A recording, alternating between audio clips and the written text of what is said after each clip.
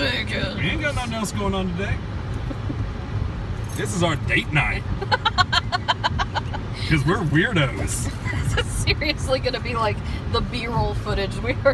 This is so getting used for something.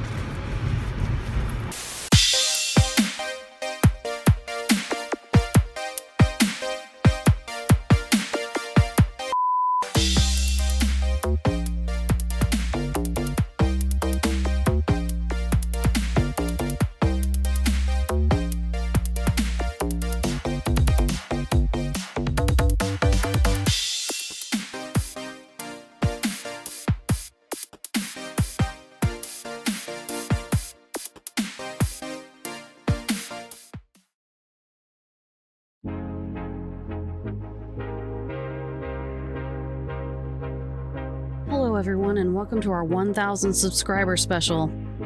I'm your cruise director, Kristen, and this is the newly remastered and rebooted Forest Fair Mall. This was the first place we covered in our series, and because it was our first video, it was rough. It was shot on our phones. We knew very little about video editing at the time, or video in general, and we'd gotten to a point where we thought it was a little cringy, so we started planning to redo it at a milestone, and here we are. The footage and music is all new, with a few flashbacks to the original.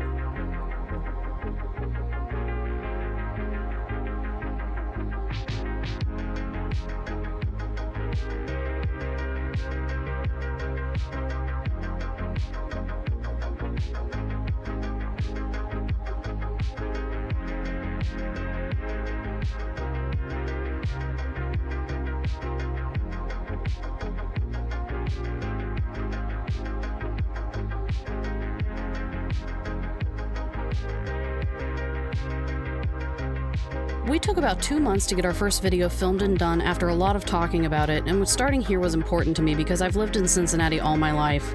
I remember coming to this mall all the way back when Phase 1 opened in 1988 when I was 6 years old, and I spent a lot of time here during a lot of different eras of my life. I must have seen The Little Mermaid about 10 times at the Bargain Cinema.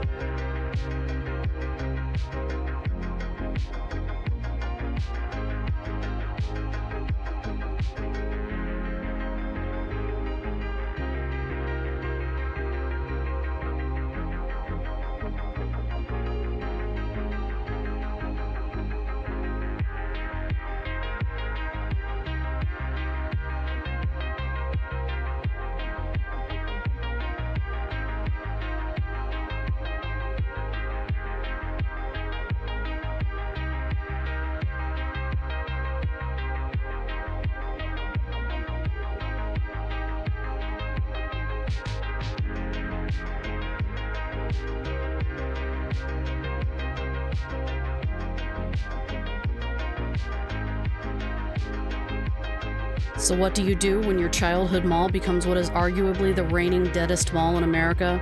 You go in and you have a look around.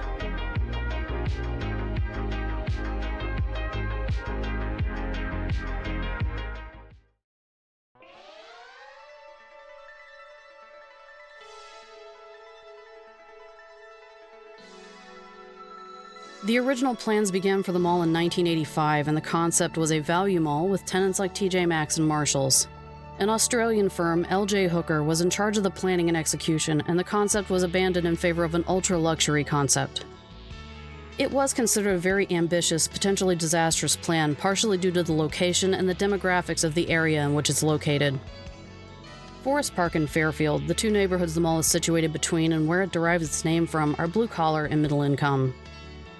The concept would sink or swim based on the mall becoming an attraction, drawing shoppers from a wide area. There are already 2 established malls within a 10-mile drive of the site, Northgate and Tri-County, which we've covered both of those, between whom pretty much any anchor that was known and popular with Cincinnati shoppers already had a location. The new Forest Fair Mall would be the largest in Ohio at over 1.5 million square feet when it opened and had spaces for 7 anchors. The developers were having some difficulty luring large retailers to occupy the spaces, and as a result, purchased controlling interest in 3 chains: Texas-based Sakowitz and 2 New York-based department stores, B. Altman and Bonwit Teller. They also purchased a smaller interest in the Alabama-based chain Parisian, who opened locations at Forest Fair, as well as 2 other malls in Cincinnati. The lineup of anchors was completed by Elder Beermen, who are based in nearby Dayton, Ohio, who was signed after Cleveland, Ohio's Higbee's pulled out, and Biggs, a hypermarket that sold both groceries and general merchandise, who would be opening their second location in the Cincinnati area. The mall would also feature an 18-hole miniature golf course, a Ferris wheel, a carousel, carnival-style games and rides, an 8-screen movie theater, and a 2-story food court. The mall talked a big game. Newspaper advertisements from March 1989 tout the Time Out on the Court entertainment complex as the first of its kind, and the mall itself is America's first supermall. By June of 1989, only 3 months after the full opening, the mall had been placed up for sale. In July, the head of L.J. Hooker and the mastermind of the mall's concept, George Herskew, had filed for bankruptcy protection. By September, the firm had as well. In October of 1990, Bonwit Teller closed its doors, and the following month, B. Altman and Sakowitz followed suit. In an article about the state of the mall published in the Cincinnati Enquirer June of 1990, they quoted the occupancy level of the mall at 65%, and by the summer of 1991 it had fallen further to 56%. Around this time, a sale was completed to FFM Limited Partnership, a group of 7 lenders comprised of veterans of the retail industry to try to turn the mall's fortunes around. It's 1990. The mall is at 55% occupancy. Repeat after me, Amazon did not kill this mall.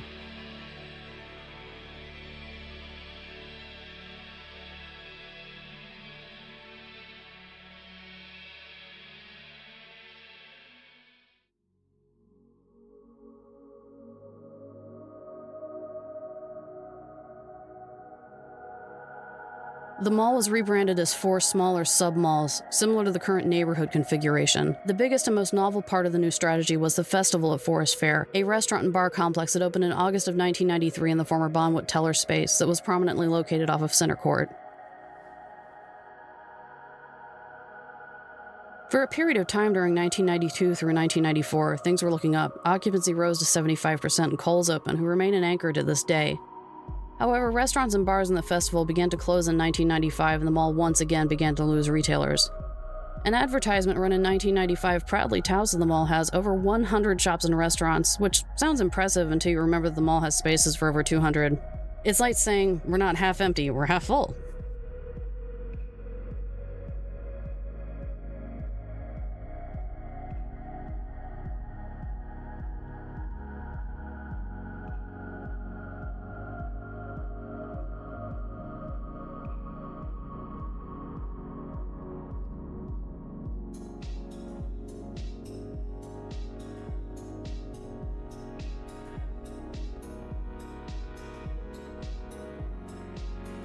In 1998, Parisian and CompUSA would leave the mall to be replaced with Bass Pro Shops and Guitar Center within 12 months, respectively. These new tenants were joined by Media Play, a book, movie, and music retailer.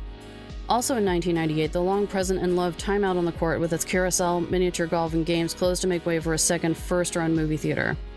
Wonder Park, a small amusement park and arcade run by Namco, would open in the Kohl's wing across from Media Play. The now empty Festival at Forest Fair space would become occupied by a Burlington coat factory in 2001.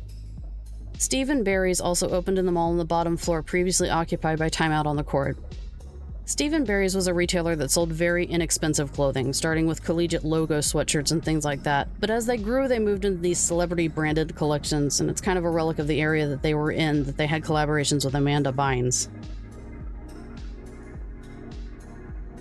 Despite attempts by Gator to renovate and give the mall a facelift, fewer than 50 stores remained by 2002 when the mall was purchased by the Mills Corporation, who had big plans to completely renovate and rebrand the mall. In 2003, the remaining 30 interior-facing tenants were asked to leave or relocate in order for the large-scale renovations inside the mall to take place, and the mall would reopen on August 19, 2004 as Cincinnati Mills.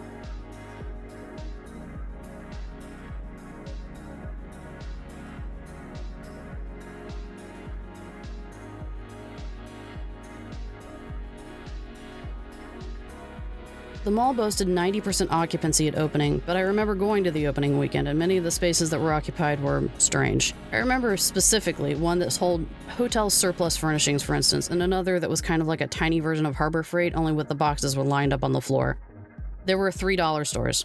3. There were a lot of mom-and-pop stores with sort of unusual concept that were there because the Mills Corp clearly wanted to be able to boast a high occupancy rate and had offered retail space for a drastically reduced rate. Cincinnati Mills suffered from many of the same problems with tenancy that Forest Fair Mall had. With Tri-County and Northgate so close by, with many of the mall standby shops already long established, it was hard to lure locations of them to this new mall that was so close, especially when some of these chains had already tried to open there and failed less than 10 years ago.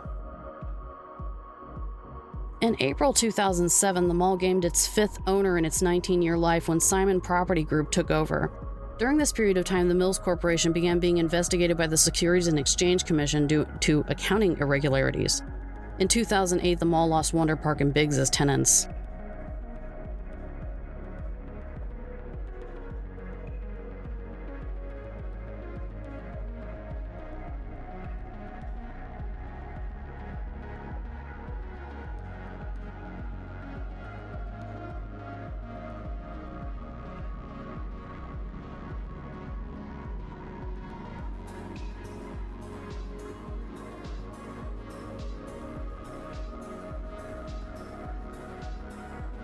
By March 2009, the mall was only 44% occupancy and it was sold again to North Star Realty. As part of the deal, the name was required to be changed to Cincinnati Mall as the Mills name was a trademark property of the Simon Corp.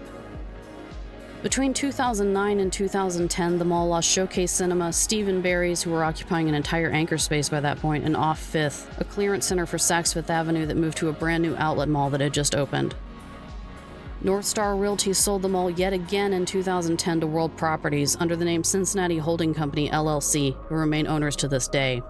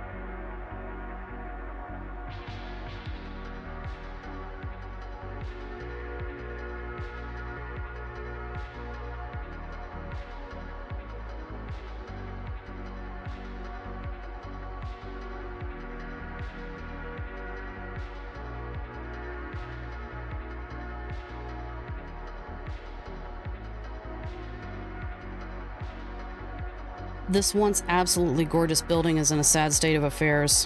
A lot of the Mills remodel, while cute and colorful, were done cheaply and actually did a lot to downgrade the opulence of the original design. They clearly haven't stood the test of time. The inflatable fish that were hung over the food court hang slack and empty. The once shining brass beams were covered with drywall. Glass skylights covered with plaster, now crumbling and exposing the interior to the elements.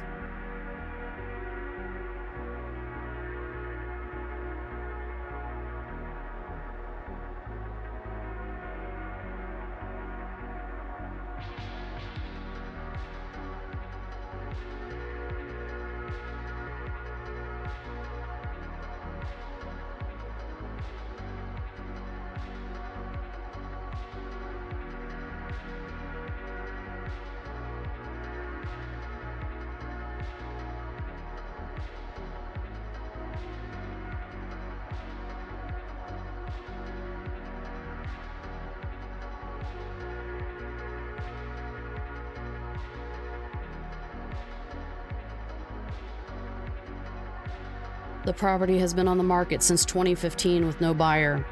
The most recent development has been the use of the parking lot, along with a potential but undetermined use of one or more of the front anchors by an Amazon Prime Now contractor. The entire front lot is now full of a fleet of vans emblazoned with the signature smile of the company that rose to power long after this mall's fate was all but sealed. Rolling Acres and Randall Park malls in northern Ohio are both now the site of Amazon warehouses, and the presence of these vans feels ominous. I can't describe it, but the vibe in here is different even from 6 months ago. It's even quieter, and it feels even emptier. It's starting to feel a lot like when I visited Century 3 Mall in Pittsburgh last September, which closed its doors likely forever in May. It's heartbreaking to see a place that meant so much to me as a kid and a teenager, and now as an adult is the place where we began our series in such a state.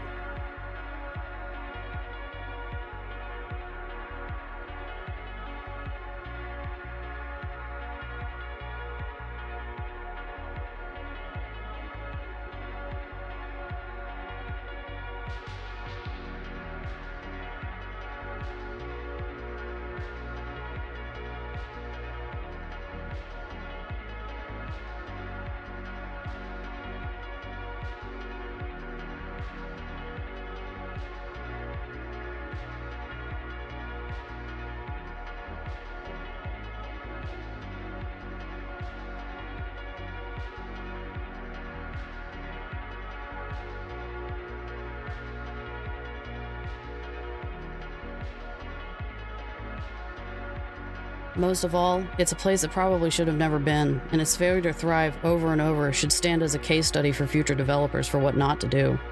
A place that should have never been, and is now marveled at for what it is, speculated about for what it may become, and wondered at for what it could have been.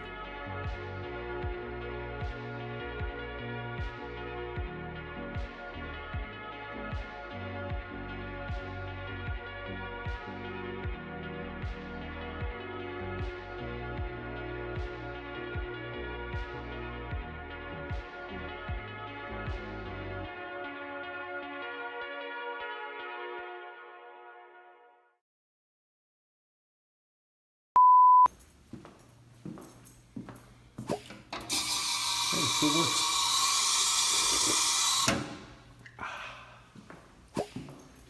Oh God, that tasted horrible. I'm gonna die now. Shout out to Dan Bell. Horrible fake plants. At least they're not dusty. Ooh, what have we got down in here? Oh, nothing, just the foam's falling apart. Oh God. Okay, I just want to take a second to show everybody this.